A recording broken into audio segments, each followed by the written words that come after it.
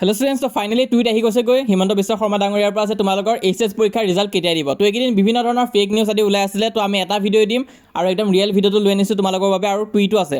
তোমালোকে টুইটটো পঢ়ি চাব পৰা কি দিছে, higher secondary result will be declared on 28 April. যদিও এইকেইদিন ধেৰ ফেক নিউজ আদি ওলাই আছে, কিছুমানে কৈ আছে 25ত দিব, কিছুমানে কৈ আছে 26ত দিব।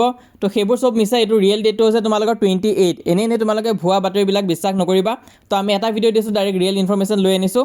তো কথাটো হ'ল ৰিজাল্টটো তোমালোকে কেনেকৈ চাব পাৰিবা আৰু কি লাগিব ৰিজাল্টটো চাবৰ কাৰণে, গোটেইখিনি কথাটো আজি এই ডিটেইল ভিডিঅ'টো মই কৈ আছোঁ। তোমালোকে ভিডিঅ'টো সম্পূৰ্ণ চোৱা।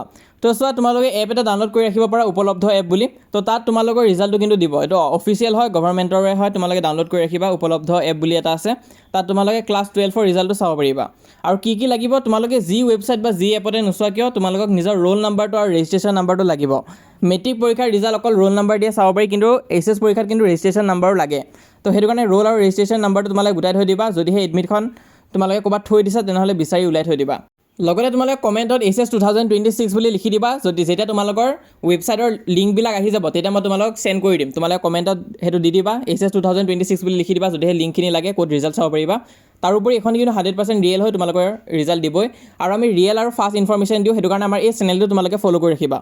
অকল এটা ভিডিঅ' দিছোঁ এতিয়ালৈ এইচএছ পৰীক্ষাৰ বাবে, আৰু একদম ৰিয়েলটো আনিছোঁ। আৰু যেতিয়া তোমালোকৰ ৱেবছাইটৰ লিষ্ট আদি ওলাই যাব, আমাৰ হোৱাটছআপ চেনেলটো মই তোমালোকক লিংক আদি দি দিম, কেনেকৈ চাব লাগিব, কি চাবা।